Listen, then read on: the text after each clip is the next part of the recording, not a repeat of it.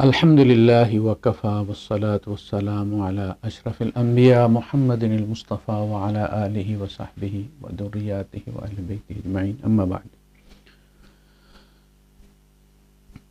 کافی دفعہ یہ سوال اٹھایا گیا ہے ہمارے دوستوں کی طرف سے کہ کیا مسلمان جو ہے وہ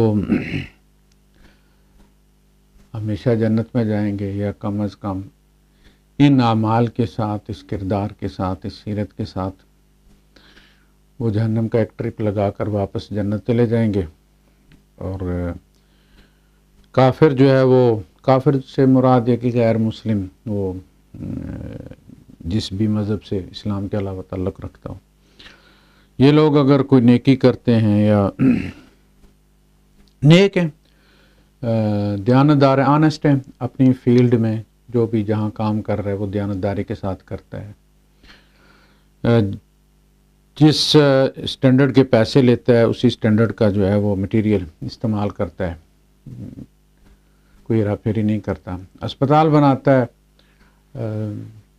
غریبوں کی مدد کرتا ہے، فلاں فلاں فلاں فلاں سارا کچھ آپ جانتے ہی ہیں، پڑھتے ہی ہوں گے آپ بھی۔ تو یہ کیا سلسلہ ہے؟ تو میں نے عرض کیا کہ پہلے تو یہ بات کہ یہ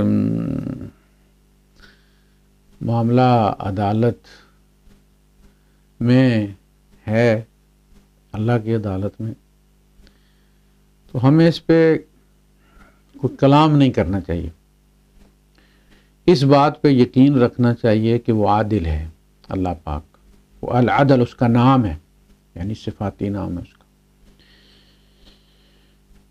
تو وہ عدل کرے گا، وہ ہم سے زیادہ جانتا ہے، وہ ہمیں اس وقت بھی جانتا تھا جب مٹی میں تھے، گارے میں تھے، اور اس وقت بھی جب ہم اپنے آبا کی پشتوں میں تھے اور اپنی والداؤں کے رحم میں تھے، وہ اس وقت بھی ہم سے اسی طرح، اسی شکل و صورت کے ساتھ ہم سے واقف تھا،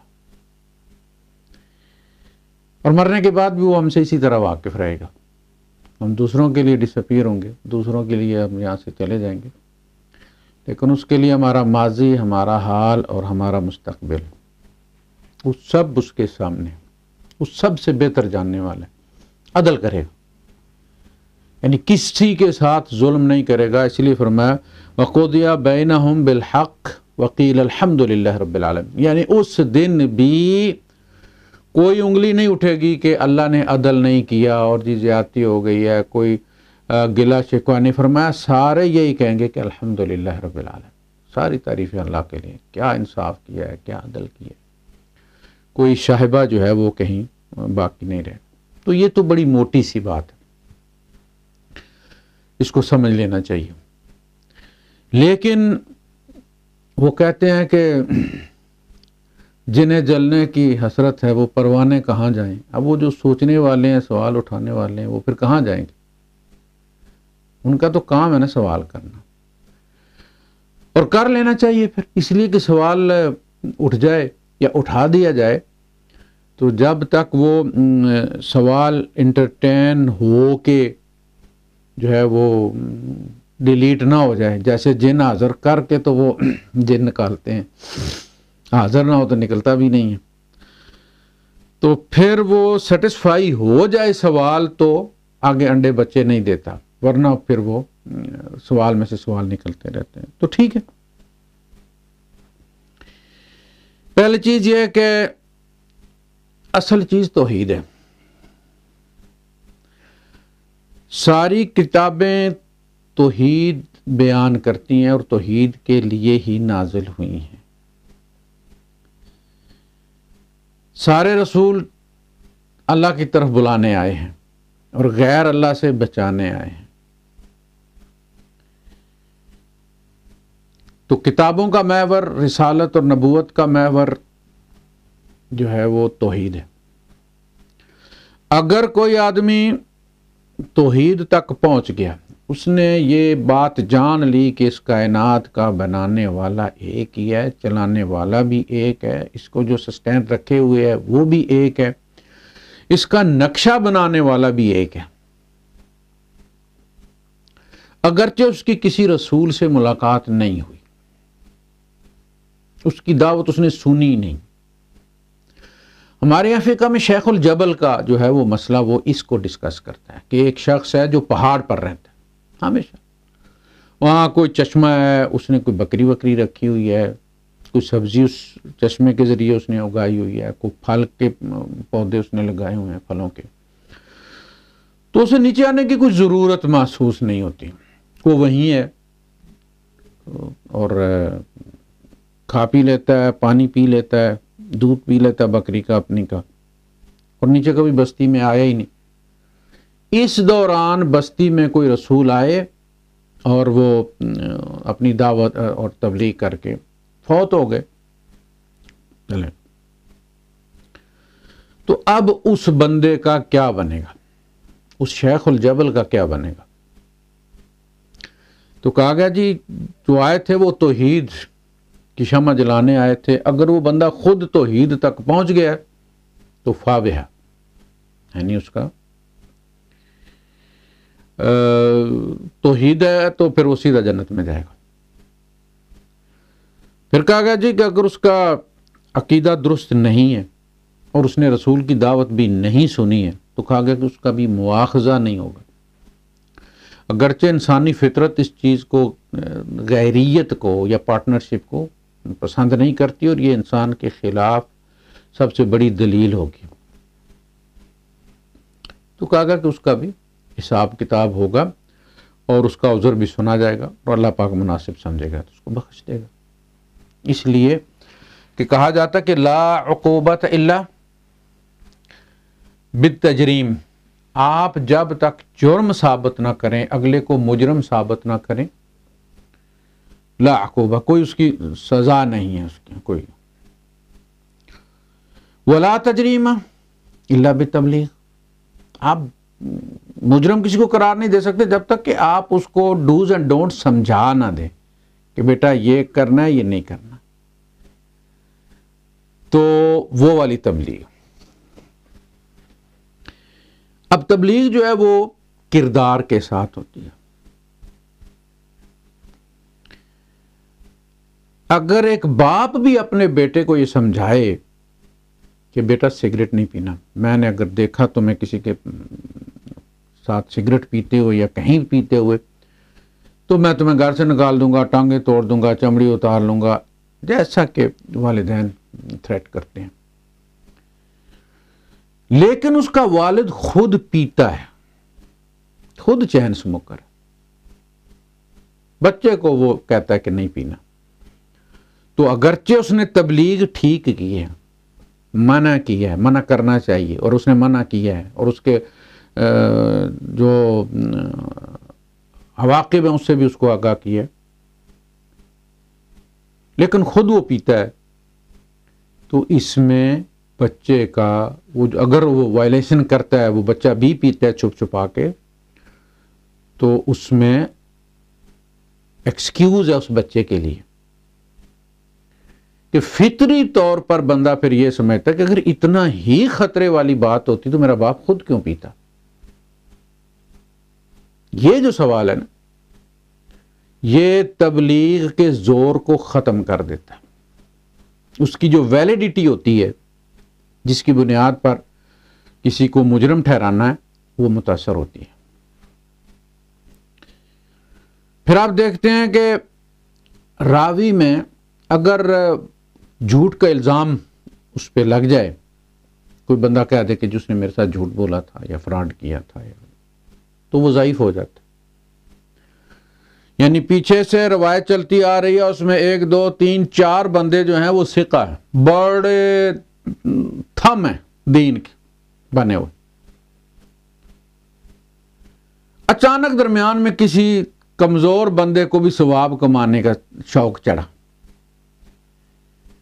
اور اس نے چھلانگ لگا دی اور اس نے روایت لے لی اور اس نے آگے بیان کر دی، تو اس نے بھلا نہیں کیا، اس نے ان 4-5 آدمیوں کی محنت کو بھی ضائع کر دیا، اس نے ان کی قوت کو زائل کر دیا، اس نے اپنے ذوق سے پوری روایت کو، اگرچہ اس کے پیچھے جو بھی 2-4 بندے تھے وہ بڑے گولڈن چین تھی، لیکن اس ایک بندے نے اس پورے سلسلے کو اور اس پوری روایت کو ضعیف کر دی. اسی طرح یعنی صرف تہمت ہو، متہم بالکذب ہو، جھوٹ بولا اس نے،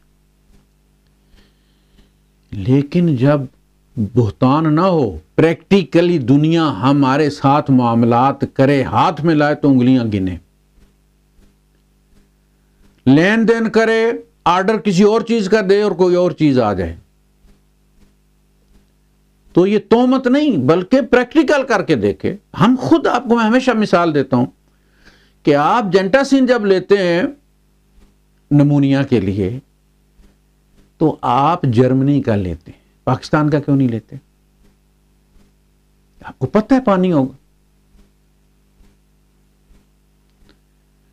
تو یہ ایک ثبوت ہے اس بات کا کہ ہم خود سے، اللہ پاک نے فرمایا بل الانسان علی نفسہ بصیرہ، انسان اپنے آپ سے خوب آگاہ ہوتا ہے، اسے پتا ہوتا ہے میں کتنے پانی میں.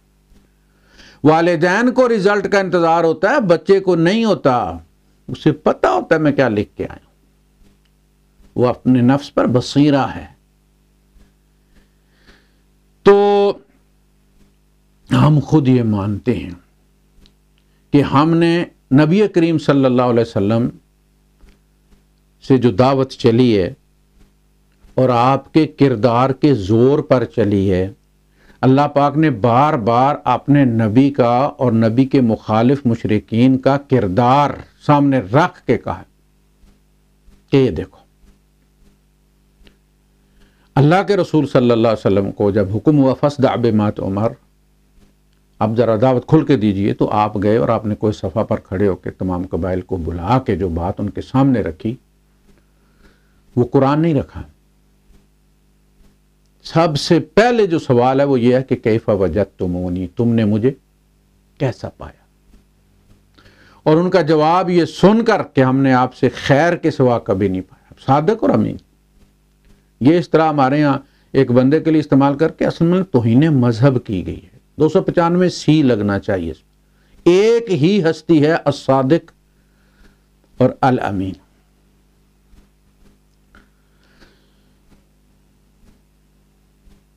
تو اس کے بعد پھر آپ نے دعوت دی ہے. اب وہ جو پیچھے سے چین چلی آ رہی تھی نبی کریم صلی اللہ علیہ وسلم اور صحابہ سے، جب ہم تک پہنچی ہے، دعوت وہی ہے، دعوت وہی ہے، زیر زبر کے فرق کے بغیر.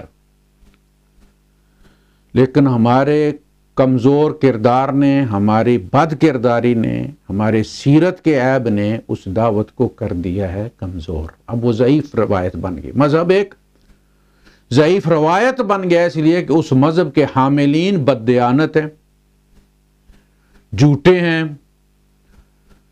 اور ملاوٹ کرنے والے ہیں. جن جن چیزوں کے بارے میں اللہ کے رسول صلی اللہ علیہ وسلم فرمایا نا لیس منا، وہ ہم میں سے نہیں، جو یہ کرتا ہے ہم وہ سارے کام کرتے.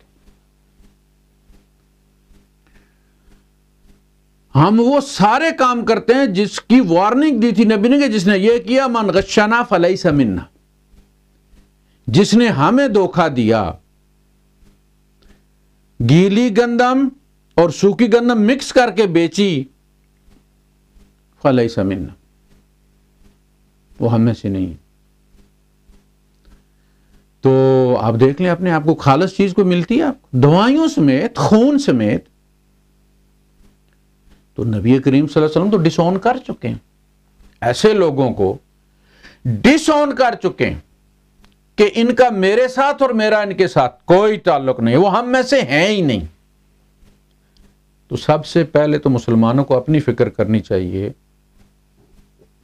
کہ ہم جس نبی کے نام پر، کے بیہاف پر ان کی طرف دعوت دے کر جنت کمانے کے چکر میں ہیں، وہ تو ہمیں پہلے ڈس آن کر چکے ہیں. یہ وہ جنیجو صاحب تھے نا، وہ دورے پہ گئے ہوئے، شاید کوریا کے دورے پہ تھے، پیچھے ضیاء الحق صاحب نے ان کو ٹرمینیٹ کر دیا. اب وہ جو وہاں پہ ان کے انٹرویوز تھے، بطور وزیر اعظم پاکستان ہونا تھا، اور جو معاہدے وغیرہ تھے وہ سارے پھر کہیں ہو گئے نا، وہ بندہ ہی وہ نہیں رہا، نبی نے ڈس اون کر دیا ہے، تو تمہاری دعوت کی کیا ویلیڈیٹی ہے؟ مشکل دعوت نہیں ہے، مشکل کردار ہے۔ وہ آپ لیتے ہیں نا جب سافٹ ویئر، تو اس کے ساتھ ڈرائیورز بھی ہوتے ہیں، وہ جو کھولتے ہیں چلاتے ہیں اس سافٹ ویئر کو، اگر وہ کرپٹ ہو جائیں یا انسٹال ہی نہ ہوں تو سافٹ ویئر چلتا نہیں۔ تبلیغ اور دعوت یہ سافٹ ویئر چلتا ہے، اس کے ڈرائیورز ہیں کریکٹر ہمارا کردار مختلف فیلڈز کے اندر، یہ نہیں کہ اچھا نمازی ہے، قرات بہت اچھی کرتا ہے، داڑھی ناف تک ہے، سرما بھی ڈالتا ہے، کدو بھی کھاتا ہے۔ سوال یہ ہے کہ اس کی تجارت کیسی ہے، لین دین کیسا ہے، کردار کیسا ہے، اس کا پڑوسی اس کے بارے میں کیا گواہی دیتا ہے۔ مجھے ایک صاحب نے کہا کہ اللہ کے رسول مجھے کیسے پتا چلے گا کہ میں نیک ہوں یا بد؟ یعنی اپنے آپ کو تو ہر بندہ نیک ہی سمجھتا ہے نا یار، میرے سمجھ سارے بندے سمجھتے ہیں کہ ہم نیک ہیں، بس ادھر سے مرنا ہے، ادھر میں جنت میں چلے جائیں گے ہم۔ تو فرمایا کہ اللہ کے رسول یہ کیسے پتا چلے گا؟ یعنی ہر بندہ اپنے آپ کو نیک سمجھتا ہے، یہ کنفرم کیسے ہوگا کہ وہ نیک ہے یا بد؟ تو آپ نے فرمایا تیرا پڑوسی اگر کہے کہ تو نیک ہے تو تو نیک، اور اگر وہ کہے کہ تو بد ہے تو تو بد ہے۔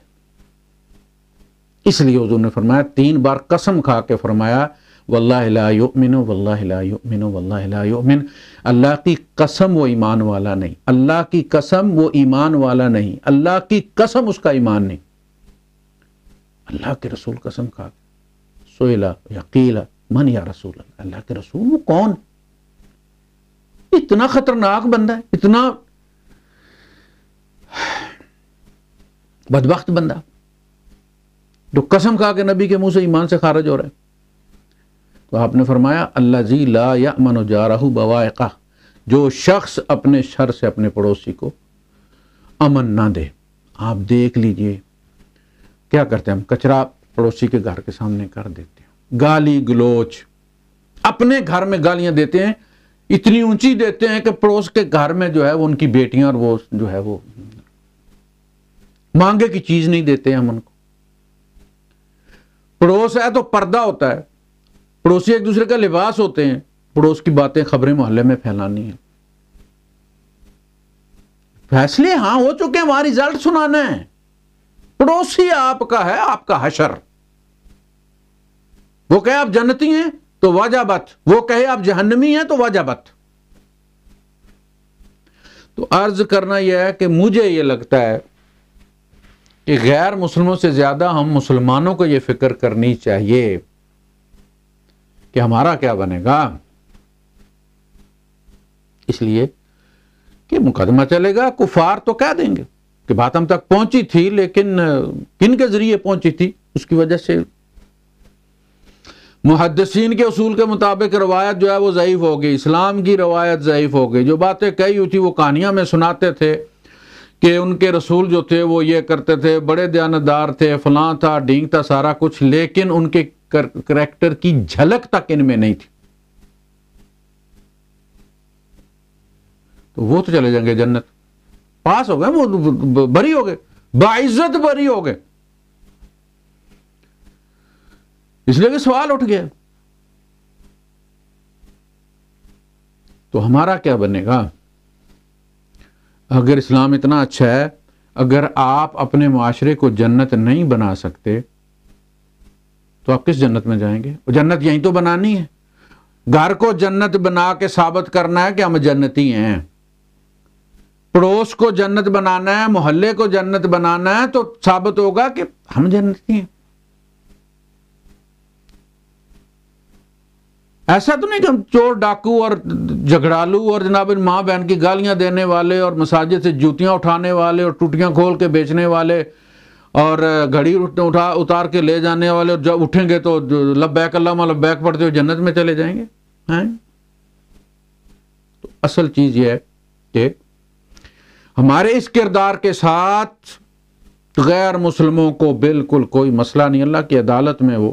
اس لیے میں ہمیشہ کہتا ہوں کہ جو شخص ملاوٹ کرتا ہے، جھوٹ بولتا ہے، بد کرداری کرتا ہے، بد اخلاقی کرتا ہے، آفس میں کرتا ہے جہاں دوسرے مذاہب کے لوگ ہیں، ہندو بیٹھا اس ڈیسک پہ، وہاں کرسچن بیٹھا ہوا اس ڈیسک پہ، مسلمان بیٹھا ادھر، کوئی بدھ بیٹھا ہوا ہے، کوئی ایتھسٹ بیٹھا ہوا ہے ایک آفس میں.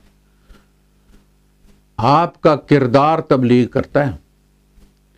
جس طرح کہتے ہیں نا کہ جی وہ یورینیم جو انریچڈ ہے وہ کہیں بھی پڑا ہوا ہو تو اس کو بھاگنے دوڑنے کی ضرورت نہیں، اس جگہ بیٹھے بیٹھے پوری اس کو ریڈیشن جو ہے وہ اپنی پھیلا دیتا ہے. اگر مومن سچا ہو تو اس کی تجارت، اس کا لین دین، اس کا اخلاق ہی تبلیغ ہے جو لوگوں کو مائل کر دیتا ہے. حضور کے زمانے سے لے کر 1906 تک غالباً تبلیغی جماعتیں نہیں نکلتی تھی. وہ جو ہم لکھتے ہیں نا فلاں نے جو ہے وہ تشکیل کروائی اور فلاں کا نام تشکیل میں لکھا گیا، اور اس بندے نے سوچا کہ آج جمعے کا دن ہے تو چلو آخری جمعہ ہے تو میں اللہ کے رسول صلی اللہ علیہ وسلم کے پیچھے پڑھ لیتا ہوں، اور دوسرے لوگ صبح ہی نکل گئے جن کی تشکیل ہوئی تھی. تو اس نے کہا کہ میرا گھوڑا ذرا تیز ہے، دوسرے اونٹ پر گئے ہیں، میرا گھوڑا ذرا تیز ہے تو میں پہنچ جاؤں گا ان کو اور جمعہ پڑھ کے جاؤں گا. اور جمعہ پڑھ کے حضور نے اس سے پوچھا کہ تمہاری تشکیل ہوئی تھی تو تم گئے نہیں. ان کا کہ اللہ کے رسول میں ان کو مل جاؤں گا، مطلب وہی کہ میرا گھوڑا تیز ہے میں ان کو. آپ نے فرمایا اب نہیں. ان کا وہ ٹائم جو اس رستے میں لگا ہے اور تیرا وہ ٹائم جو تو گھر میں بیٹھا ہوا تھا جمعے کے انتظار میں، دونوں برابر نہیں. اب تو 500 سال ان کے بعد جنت میں جائے گا، یعنی آدھا دن گزر گیا. تو اس کا میں نے اس کی اتھینٹسٹی کی بات نہیں کرتا، میں تو یہ بات کروں وہ جو ہم بیان کرتے ہیں کہ اس طرح سے ہوا ہے، تو وہ تشکیل کوئی سروزے کی نہیں تھی، کوئی چلے کی نہیں تھی، کوئی سال 1.5 سال کی جماعت کی نہیں تھی، وہ تشکیل جہاد کی تھی. تاجر آئے ہیں، کیرلا میں آئے ہیں صحابہ، تاجر بن کر آئے، ان کی تجارت نے لوگوں کو مسلمان کی ہے. وہ جو کر کے نا لرننگ بائی ڈوئنگ، وہ جو کر کے تبلیغ ہے وہ اس زمانے کے لوگوں تک وہ حجت تھی. اب ہم صرف کرتے ہیں باتیں. ہمارے اندر وہ، میں نے ہمیشہ کہتا ہوں کہ اللہ پاک نے واضح طور پر فرمایا عیسیٰ علیہ السلام کے بارے میں وَجَعَلْنَا فِي قُلُوبِ الَّذِينَ اتَّبَعُوهُ رَأْفَةً وَرَحْمَةً، ان کی پیروی کرنے والوں کے دلوں میں ہم نے رافت اور رحمت رکھ دی. رافت ہے کسی کے درد کو محسوس کرنا، اور رحمت ہے پھر اس کا علاج کرنا. تو اس کا مطلب یہ دو چیزیں جن کے دلوں میں پائی جائیں گی عیسائیوں کے دل میں، وہ اللہ کو یہاں قبول ہے، ان کا اتباع قبول ہے. اور ان کے دلوں میں جو رحمت اور رافت اور رحمت رکھی ہے وہ آج بھی اس کا اظہار ہوتا ہے. وہ ریڈ کراس والے جو ہے وہ جہاں کیمپوں میں، آپ کے یہاں فلسطینیوں اور کے کیمپوں کے اندر، انہوں نے ان کے ساتھ بلیاں اور چوہے کھائے ہیں. بڑی دفعہ ان کو، چونکہ وہ یورپین ممالک کے تھے، تو بڑی دفعہ ان کو وہاں سے ان کا انخلا کرنے کے لیے کہا گیا کہ جی ہم جہاز بھیجتے ہیں. انہوں نے کہا نہیں جی ہم ان کے ساتھ جئیں گے مریں گے، جو یہ کھائیں گے وہ ہم بھی کھائیں گے، تاکہ ان کا ملک جو ہے وہ یہ ظلم ختم کروانے میں، یہ سیج جو کیا گیا تھا وہاں پہ حزب اللہ کی جانب سے، اس کو ہٹانے کے لیے ان کے ملک دباؤ ڈالیں کہ ہمارے شہری بھی اس سے متاثر ہو رہے ہیں. یہ رافت اور رحمت ان میں ہے. ہمارے نبی رحمت للعالمین ہیں، اور ہماری شقاوت آپ دیکھ لیں، اس لیے کہ ہمیں ڈساؤن کر دیا گیا لیس منا. تو جناب علی ایک تو ہو گئی یہ بات کہ یہ رہنے دیں، یہ باتیں نا قیامت کی عدالت تک رہنے دیں. آپ کسی کو جہنمی نہ کہیں، کسی کو یہ نہ کہیں جی کافر. کسی کا کافر شمار کیا جانا اور کافر قرار دیا جانا اس سے پہلے بڑے دریا ہیں. ایسے نہیں ہو جاتا بندہ کافر. اب یہ کہ جی وہ جہنم جو ہے وہ ہمیشہ رہے گی، یعنی جہنمی جو جہنم میں چلا گیا وہ ہمیشہ اس میں رہیں گے، یا کبھی نکالے بھی جائیں گے، اللہ کو ان پر رحم آئے گا کبھی.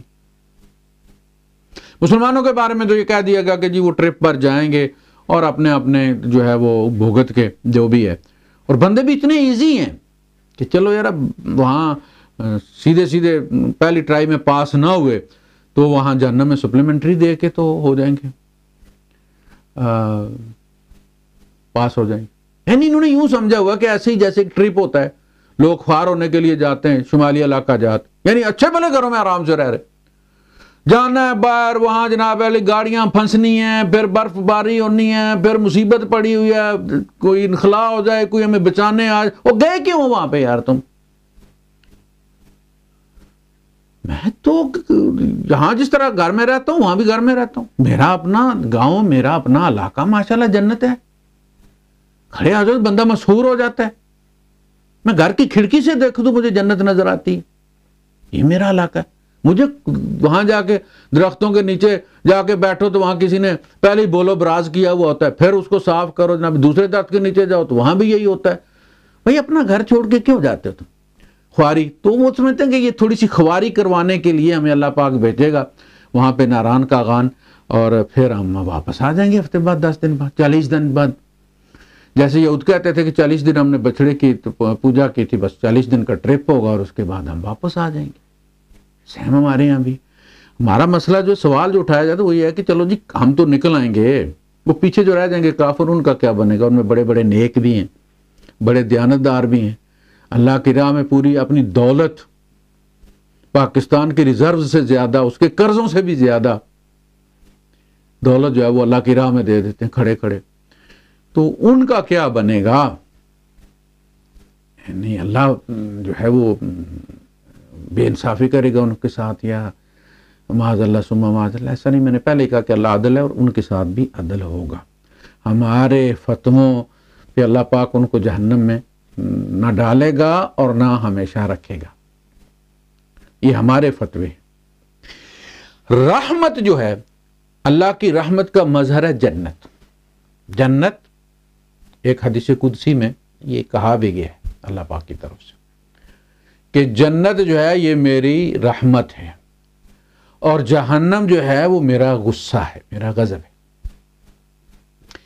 اچھا، رحمت جو ہے یہ اللہ کی ذاتی صفت ہے.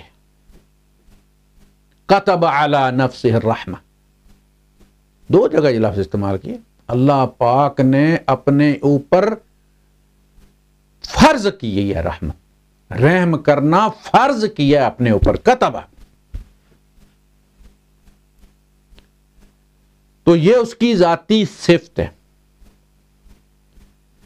غصہ اس کی کیفیت ہے. کیفیت وقتی ہوتی ہے، صفت دائمی ہوتی ہے.